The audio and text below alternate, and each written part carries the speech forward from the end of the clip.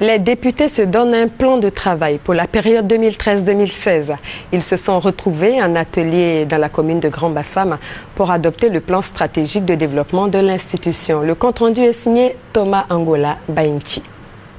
Les axes prioritaires soumis à l'appréciation des députés peuvent être regroupés en deux catégories. Les actions en vue du renforcement des capacités et celles portant sur les domaines d'intervention des députés. Du point de vue du renforcement des capacités, les actions envisagées portent sur l'institution elle-même qui ambitionne de devenir un parlement moderne doté d'infrastructures de dernière génération.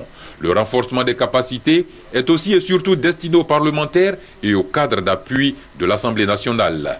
Quant aux axes prioritaires d'intervention, ils porteront entre autres sur la sécurité et la réconciliation nationale, la justice, la promotion du genre, la prise en compte des personnes vulnérables, etc.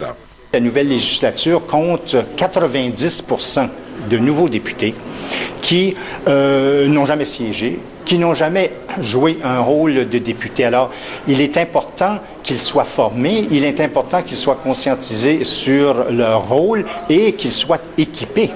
Les députés se sont retrouvés à Grand Bassam pour examiner ce schéma directeur, l'adopter et se l'approprier comme base d'évaluation du programme de travail de l'Assemblée nationale de 2013 à 2016. Le président de l'Assemblée nationale a donné une vision à l'ouverture de cette législature.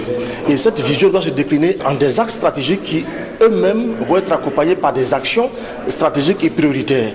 Et à partir donc de ces actions prioritaires, nous allons donc sortir ce qu'on appelle les activités pour la période de maintenant jusqu'à la fin de la législature en 2016. Nous devons faire des propositions de loi. Et pour cela, les parlementaires doivent apprendre comment on peut initier une loi. La science et la recherche sont des aspects fondamentaux dans le cadre du développement de nos pays.